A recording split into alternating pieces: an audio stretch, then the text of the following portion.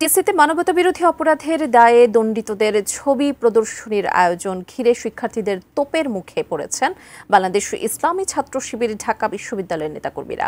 বিষয়টি নিয়ে দুপক্ষের মুখোমুখি অবস্থান নিলে ক্যাম্পাসে উত্তেজনা ছড়িয়ে পড়ে। পরে বিশ্ববিদ্যালয় প্রশাসনের নির্দেশে প্রক্টোরিয়াল টিম গিয়ে প্রদর্শনী থেকে বিতর্কিত ছবি সরিয়ে ফেলেন। বিস্তারিত শাহাদাত রিফাতের রিপোর্টে। 5 আগস্ট শেখ হাসিনার পতনের দিনকে ঘিরে রাজধানী ঢাকা সহ দেশের বিভিন্ন জেলা উপজেলায় নানা অনুষ্ঠানের আয়োজন করে রাজনৈতিক দলগুলো। এদিন জাতীয় সংসদ ভবনের সামনে জুলাই ঘোষণাপত্র পাঠ করেন প্রধান উপদেষ্টা ডক্টর মুহাম্মদ ইউনূস। বাংলাদেশের জনগণ এই অভিপ্রায় ব্যক্ত করছে যে ছাত্র গণঅভ্যুত্থানের 2024-এর উপযুক্ত রাষ্ট্রীয় সাংবিধানিক স্বীকৃতি প্রদান করা হবে এবং পরবর্তী নির্বাচনে নির্বাচিত সরকারের সংস্কারকৃত সংবিধানের তফসিলে এই ঘোষণাপত্র সন্নিবেশিত করা হবে। এদিকে দিনটিতে টিএসসি থেকে প্রতীকী ফতেহ গণভবন পর্যন্ত সাইকেল র্যালির মধ্য দিয়ে একটি কর্মসূচি শুরু করে বাংলাদেশের ছাত্র শিবির। বেলা 11:30টার দিকে আনুষ্ঠানিকভাবে এর উদ্বোধন করেন ছাত্র শিবিরের কেন্দ্রীয় সভাপতি জাহিদুল ইসলাম। মোনালিসা হেভি ফ্লো 15 পিস প্যাকেটের সাথে 8 পিসের একটি প্যাকেট একদম ফ্রি।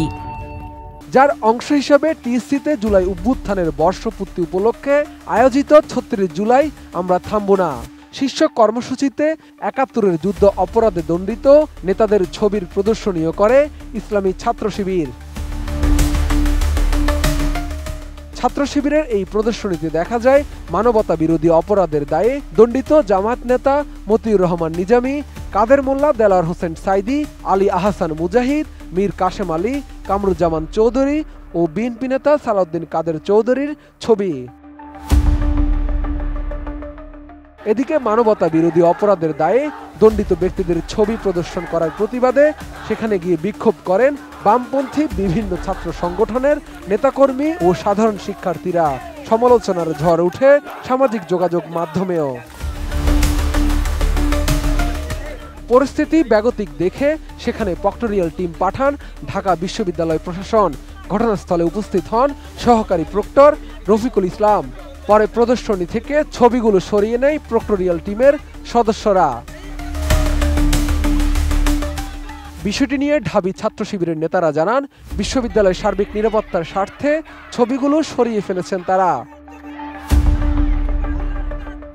সহকারী প্রক্টর রফিকুল ইসলাম বলেন, বিশ্ববিদ্যালয়ের নিরাপত্তার স্বার্থে শিবিরের সম্মতিক্রমেই ছবিগুলো সরানো হয়েছে।